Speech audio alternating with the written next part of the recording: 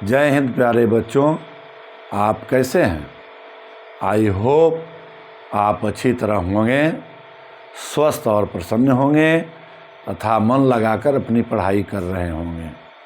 प्यारे बच्चों, आज का क्लास भी बहुत ही जानदार और शानदार क्लास होने वाला है। आज का क्लास अंग्रेजी ग्रामर के टेंस से संबंधित है। तो आइए बच्चों, टेंस के बारे में आज विस्तार से जानकारी प्राप्त करते हैं।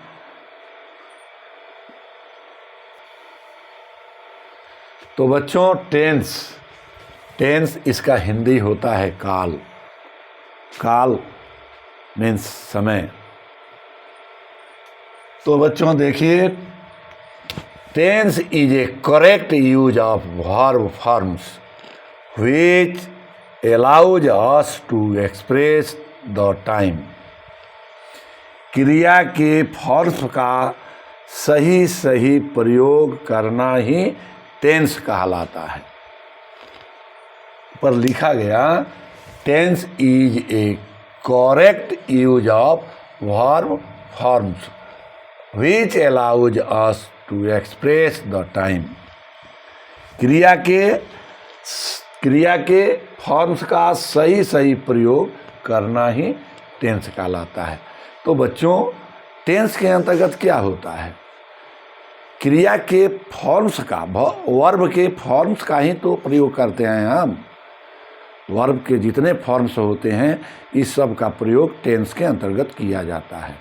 इसलिए अगर आपसे कोई पूछता है कि टेंस है क्या, तो ऐसी स्थिति में आपका जवाब होगा कि tense is a correct use of verb forms which allows us to express the time। क्रिया के वर्ब के सभी फॉर्म्स जो होते हैं, उन सभी फॉर्म्स का सही प्रयोग करने के बारे में जिसके द्वारा जानकारी होती है, वह टेंस कहलाता है। यहाँ हिंदी में देखिए, क्रिया के फॉर्म्स का सही प्रयोग करना ही टेंस कहलाता है। दूसरे शब्दों में यही कह सकते हैं कि क्रिया को, किसी काम को करने में जो समय लगता है उसको हम टेंस कहते हैं। यानी टाइम भी इसमें आपका होना चाहिए। फॉर्म्स का प्रयोग करने के साथ साथ समय का भी बोध करा। जैसे कि आपके इस डिफिनेशन से स्पष्ट है, tense is a correct use of verb forms which allows us to express the time। क्रिया के सही फॉर्म्स का प्रयोग करना ही टेंस कहलाता है, जो कि समय के बारे में बताता है कि समय के अनुसार, according to the time verb use. क्रिया के फॉर्म्स का हम यूज समय के अनुसार सही करें, वही टेंस कहलाता है।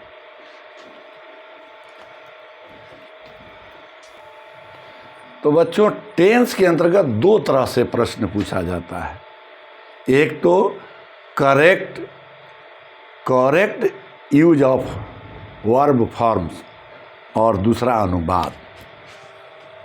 टेंस के अंतर्गत दो तरह से प्रश्न पूछा जाता है। पहला, choose the correct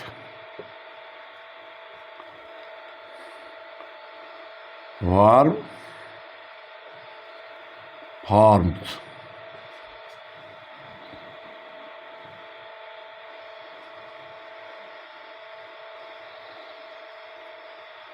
according to time। समय के अनुसार वर्ब के सही फॉर्म्स का प्रयोग एक तो यह पूछा जाता है, और दूसरा पूछा जाता है अनुवाद, ट्रांसलेशन।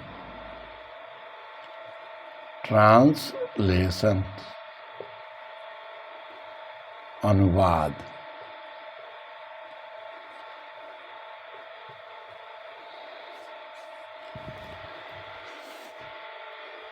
टेंस के अंतर्गत बच्चों दो तरह से प्रश्न पूछे जाते हैं।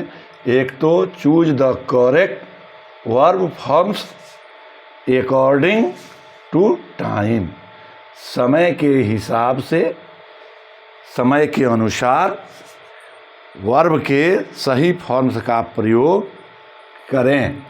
और दूसरा अनुवाद करने के लिए पूछा जाता है। तो प्यारे बच्चों, वर्ब के किसी भी वर्ब के 5 फॉर्म्स होते हैं। कौन कौन से 5 फॉर्म्स होते हैं? तो बच्चों, किसी भी वर्ब के 5 फॉर्म्स होते हैं। वे 5 कौन कौन से फॉर्म्स होते हैं, आइए उसके बारे में जानते हैं।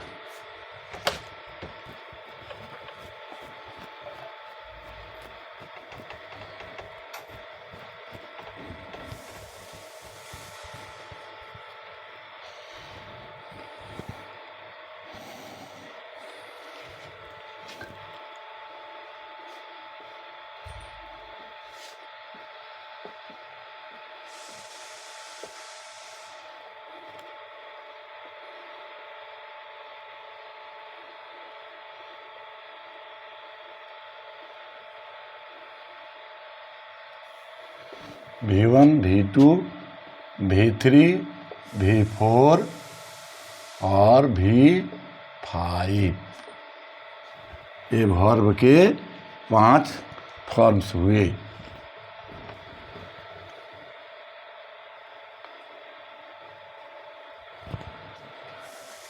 ये किसी भी वर्ब के 5 फॉर्म्स होते हैं। V1,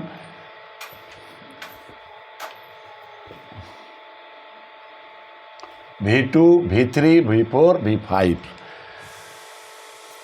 main verb, pure verb होता है और वो प्योर वर्ब से ये 5 फॉर्म्स निकलते हैं।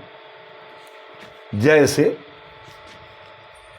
यहाँ पर वर्ब का प्योर फॉर्म्स लेते हैं EAT, ईट,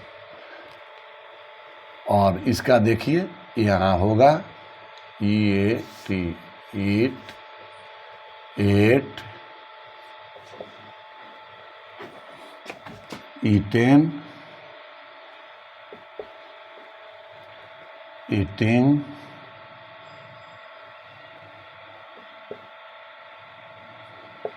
eats।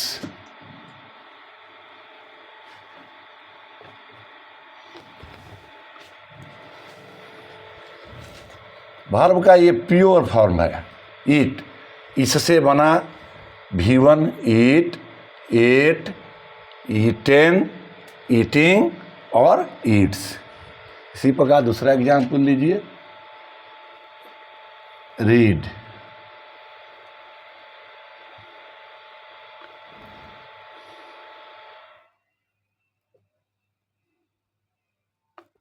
Read, read, read, read, read, read, red,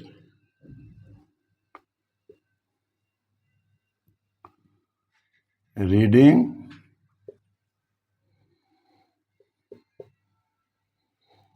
reads.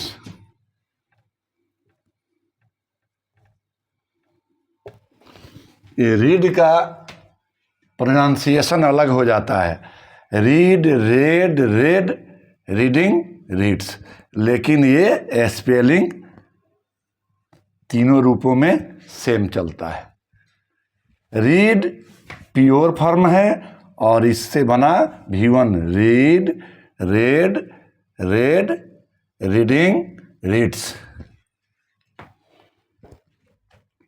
अब इसी प्रकार लीजिए, sleep,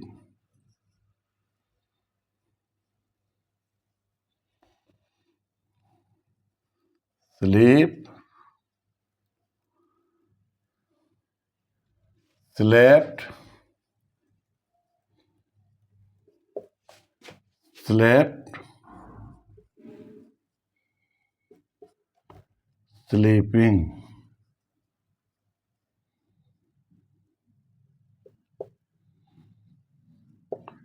sleeps,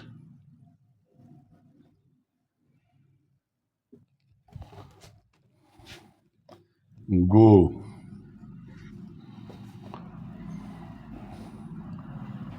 go, went,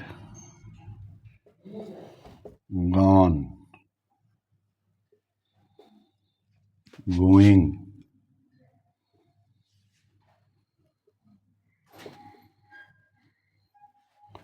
goes।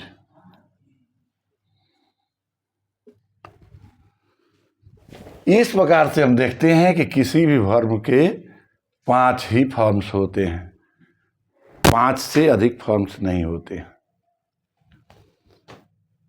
तो प्यारे बच्चों, आई होप बात आप लोगों को अच्छी तरह समझ में आ रही होगी कि वर्ब के 5 फॉर्म्स होते हैं और पांचों फॉर्म्स की जानकारी आपको करनी है।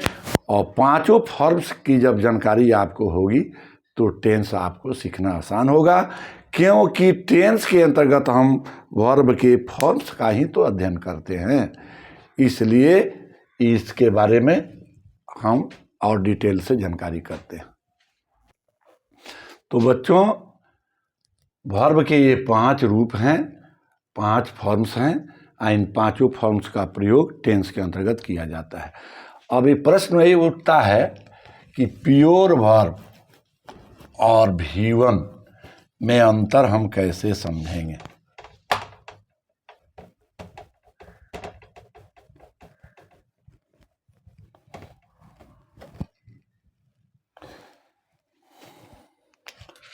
वर्ब का जो प्योर फॉर्म होता है वह हमेशा ही प्योर फॉर्म जो होता है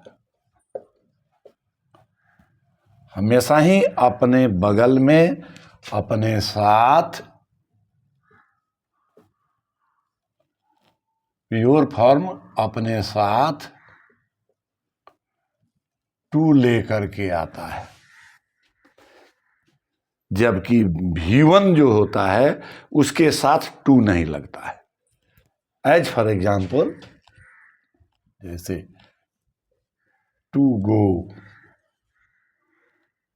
टू स्लीप, टू रीड। और V1 के लिए आप देखें, ये V1 के साथ टू नहीं लगता है। वैसे आप लिख देते हैं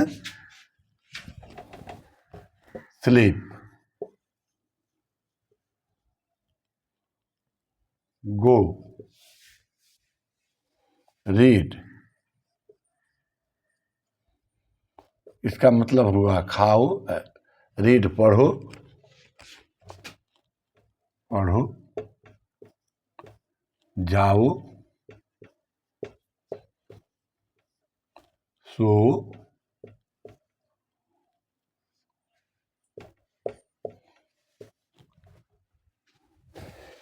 प्योर वर्ब के बगल में टू होता है, यानी वर्ब का मतलब ही होता है टू उसके साथ में आना चाहिए। प्योर वर्ब जो जिसको मूल वर्ब कहते हैं, मूल वर्ब।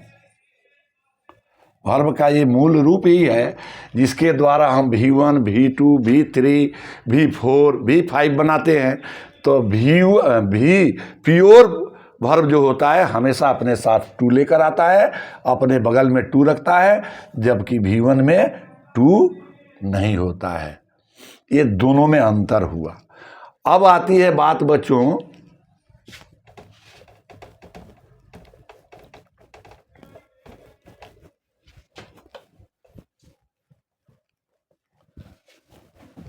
कि V1, V2, V3, V4 और V5 के अंतर्गत कैसे हम अंतर करें, कैसे पहचान करें।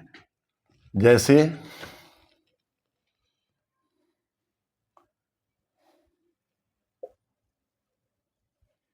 रीड, यह V1 है। सबसे पहले हम V1 और V4 कैसे बनाएंगे। V1 से V4 कैसे बनाएंगे ये जान लेते हैं। फिर इसके बाद V5 कैसे बनाएंगे ये जानेंगे। बारी बारी से एक दूसरे के बारे में हम जानकारी करेंगे। जैसे V1 में है रीड, यह रीड जो है प्योर वर्ब का V1 है, और V4 बनाते समय हम सीधे सीधे क्रिया के मूल रूप में ING हम जोड़ देते हैं।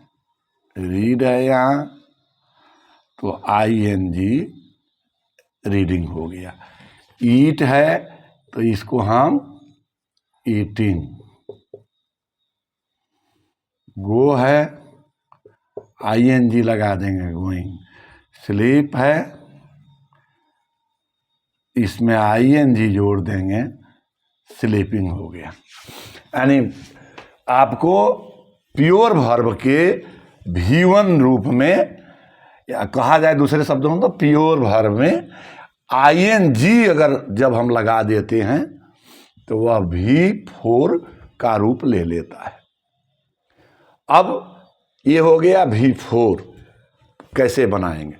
इसके बाद आइए V5 कैसे बनाएंगे।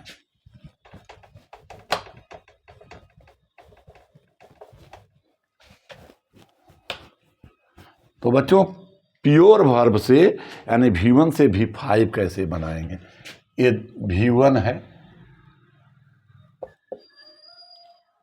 जैसे V1 है आपको स्लीप, इसको V5 बनाना है। V5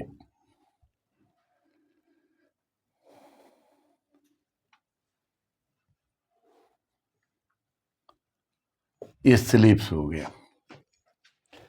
तो V5 बनाते समय जिस मुख्य क्रिया के अंत में, V1 के अंत में SCH, SS, SX और वो, ये शब्द प्योर वर्ब के या V1 के लास्ट में, जब V1 के लास्ट में इनमें से कोई अगर आता है, कोई हो, तो वहाँ पर हम ES लगा करके V5 बना देते हैं। और शेष जगहों पर सिर्फ हम जो है शेष जगहों पर एस लगाते हैं केवल। इस प्रकार से हमारा V5 बन जाता है। V1 के लास्ट में अगर CH, SS, SX, O इनमें से कोई भी अगर लेटर आता है तो उसके अंत में ES लगा करके हम V5 बनाते हैं और शेष जगहों पर केवल एस लगाते हैं। तो बच्चों आई होप बात आप लोगों को अच्छी तरह समझ में आ गई होगी कि V1 से V5 कैसे बनाते हैं और V1 से V4 कैसे बनाते हैं।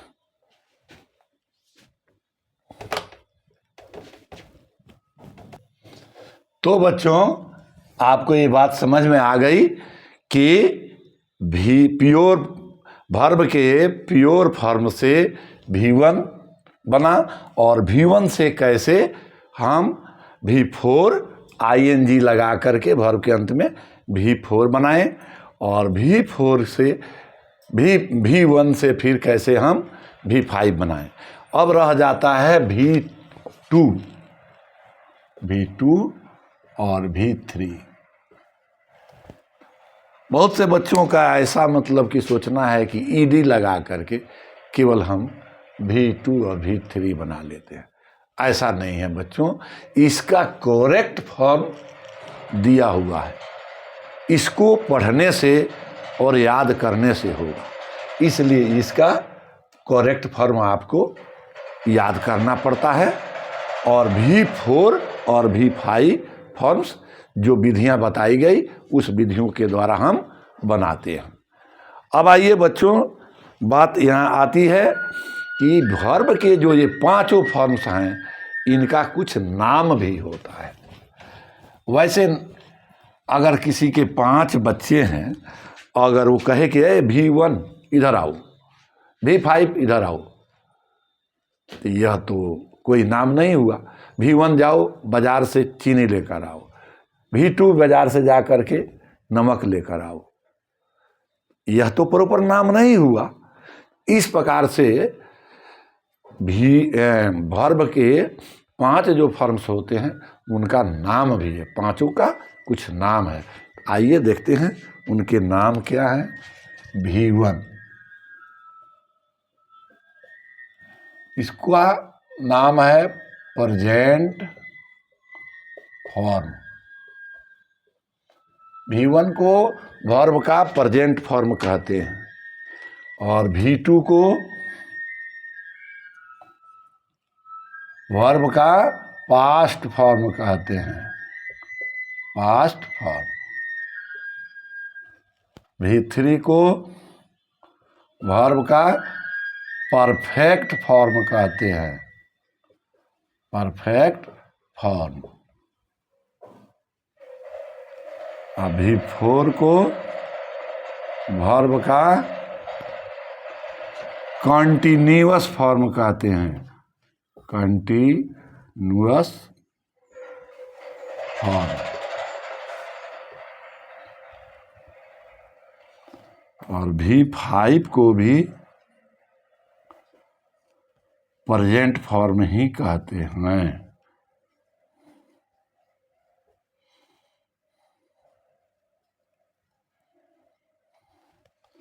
ये वर्ब के फॉर्म हुए, present form, past form, perfect form, continuous form और प्रेजेंट फॉर्म।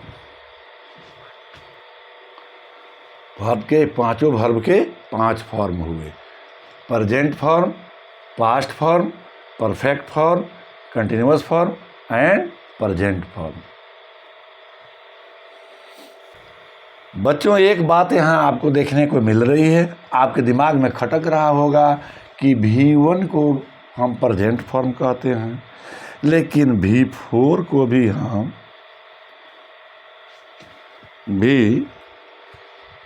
V4 को भी V5 को भी हम प्रेजेंट फॉर्म क्यों कहते हैं?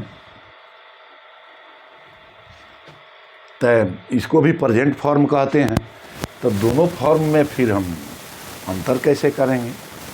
तो बच्चों, V5 को प्रेजेंट फॉर्म ही इसलिए कहते हैं कि प्रेजेंट फॉर्म जो होता है V1, उसी के अंतर्गत उसके मुख्य क्रिया के अंत में SS, CH, S, O, X इनमें से कोई लेटर जब आता है तो वहाँ हम S या ES लगा करके V5 फॉर्म बनाते हैं।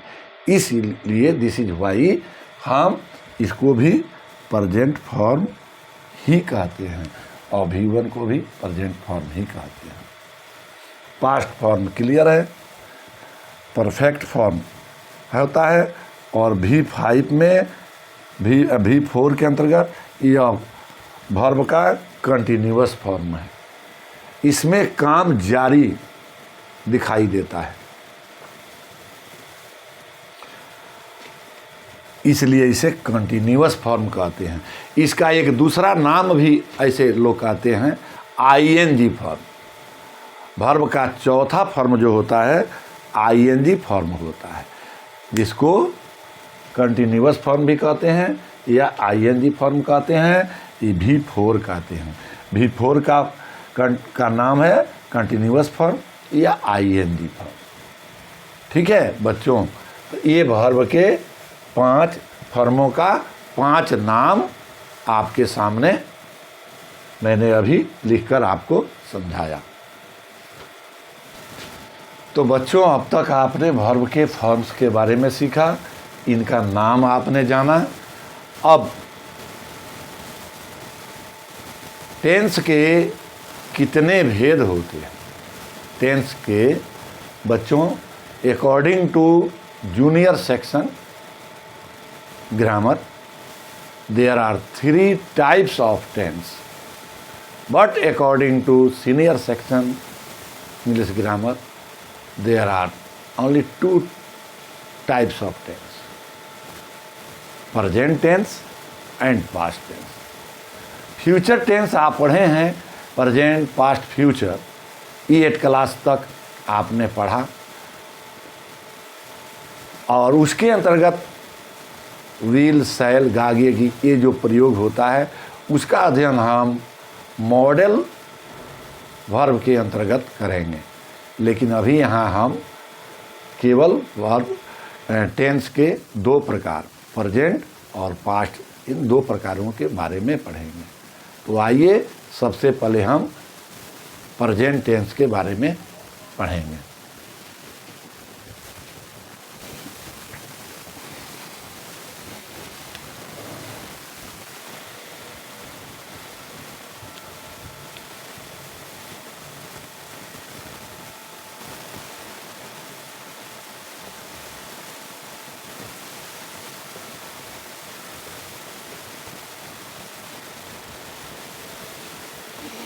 प्रेजेंट टेंस, प्रेजेंट टेंस वर्तमान काल।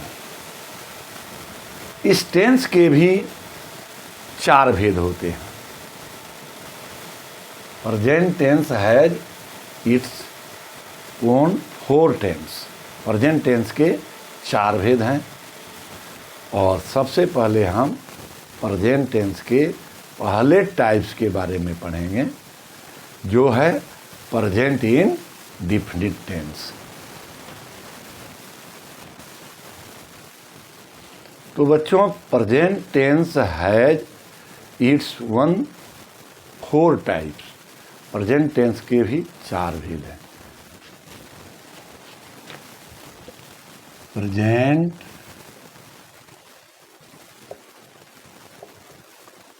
इन definite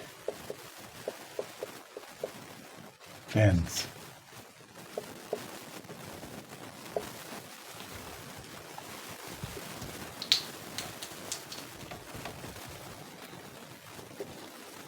Present in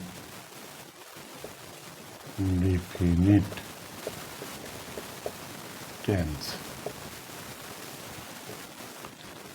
or present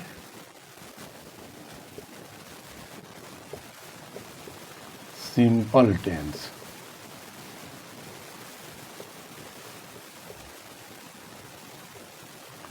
present indefinite tense या प्रेजेंट सिंपल टेंस, इसको सामान्य वर्तमान काल, सामान्य वर्तमान काल, तो सामान्य वर्तमान काल हिंदी में कह सकते हैं। प्रेजेंट इन डिफिनिट टेंस और प्रेजेंट सिंपल टेंस। तो बच्चों, किसी भी सेंटेंस, किसी भी टेंस को 4 प्रकार से हम बनाते हैं। अब रहा प्रेजेंट सिंपल टेंस, तो प्रेजेंट सिंपल टेंस को भी हम 4 तरह से बनाएंगे। लेकिन सबसे पहले हम पहचानेंगे कैसे कि यह प्रेजेंट सिंपल टेंस या प्रेजेंट इंडेफिनिट टेंस का यह सेंटेंस है। तो इसके अंतर्गत बच्चों, पहचान के लिए हिंदी वाक्य के अंत में ता है, ती है,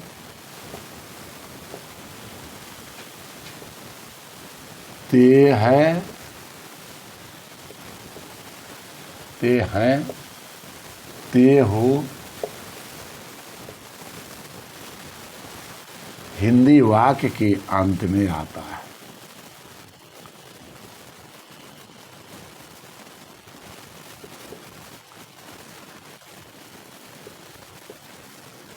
हिंदी वाक्य के अंत में आता है।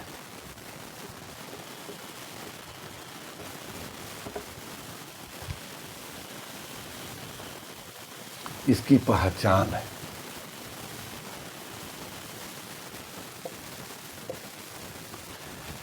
जब हिंदी वाक्य के अंत में ता है, ती है, ते हो, इनमें से कोई भी अगर शब्द आता है तो हमें समझ लेना चाहिए कि यह प्रेजेंट इंडेफिनिट टेंस अर्थात प्रेजेंट सिंपल टेंस का ही वाक्य है।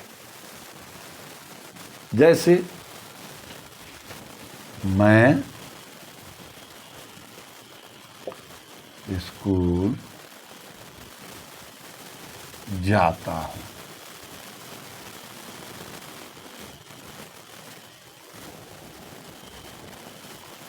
ता आ गया, ता अंत में हिंदी वाक्य के अंत में ता आ गया। वह रोटी खाती है।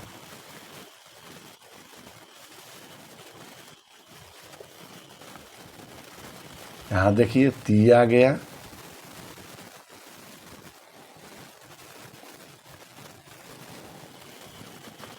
वे लोग बाजार जाते हैं।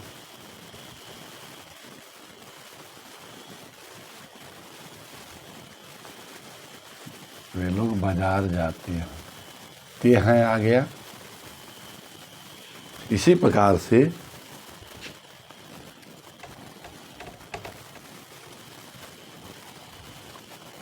तुम प्रतिदिन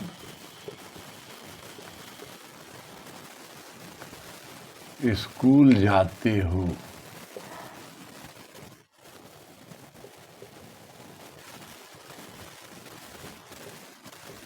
तुम प्रतिदिन स्कूल जाते हो, तो ते हो आ गया।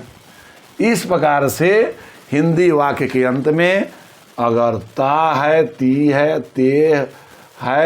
ते हो, इनमें से कोई अगर आता है, ता, ते, ती, तो के बाद है, हैं, हूँ, हो आता है, तो यह हमारा हिंदी वाक्य के अंत में इनमें से कोई आता है तो हम उसे मानते हैं कि यह प्रेजेंट इंडेफिनिट टेंस का वाक्य है या प्रेजेंट सिंपल टेंस का वाक्य है। इस प्रकार से यह पहचान हुआ।